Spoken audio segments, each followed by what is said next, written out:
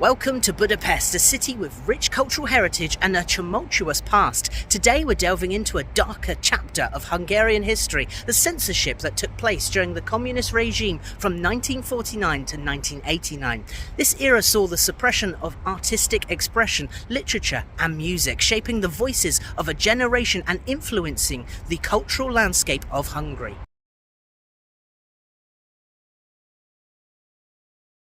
After World War II, Hungary fell under communist control, becoming part of the Eastern Bloc. The new government, backed by the Soviet Union, sought to create a society aligned with socialist ideals.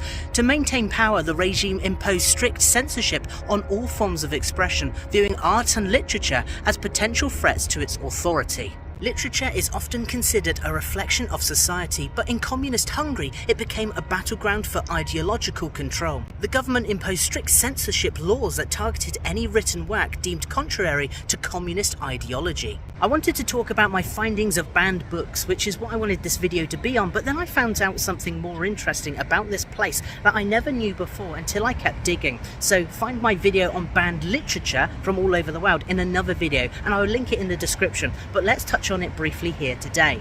Books that criticised the government or expressed dissent were banned. Authors like Sandor Maroy and Emre Curtis, I think I'm pronouncing those right, who explored themes of freedom and individuality, faced significant challenges themselves. Now, Maroy lived in exile, unable to publish his works in Hungary, while Curtis's writing about the Holocaust were not widely accessible during the regime. Certain authors were specifically targeted for censorship. For example, George Orwell's 1984 and Milan Kundra's The Unbearable Light of Being. These were both banned due to the critical views on totalitarianism. These works offered insight into the human condition that clashed with the state's narrative. Please be assured that I am talking about the past here. If it sounds like anything going on today, then maybe history could be teaching us something.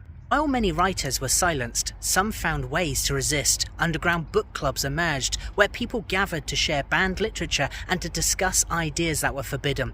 The brave act of defiance helped keep the spirit of free expression alive. Unfortunately, music too faced heavy censorship. The regime viewed it as a powerful tool for shaping public sentiment and quickly suppressed any songs that could incite rebellion or promote Western ideals. Artists like the Beatles and Bob Dylan were often banned from radio play. Songs with anti-establishment messages or themes of freedom and individuality were viewed as subversive.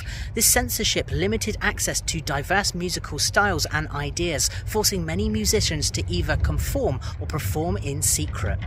Theatre and film also faced strict oversights. The government controlled what could be produced and performed, often only approving works that would align with socialist values. Productions depicting the struggles of common people in a positive light were favoured. In contrast, stories that highlighted the realities of life under communism, such as hardship or dissent, were heavily censored or outright banned.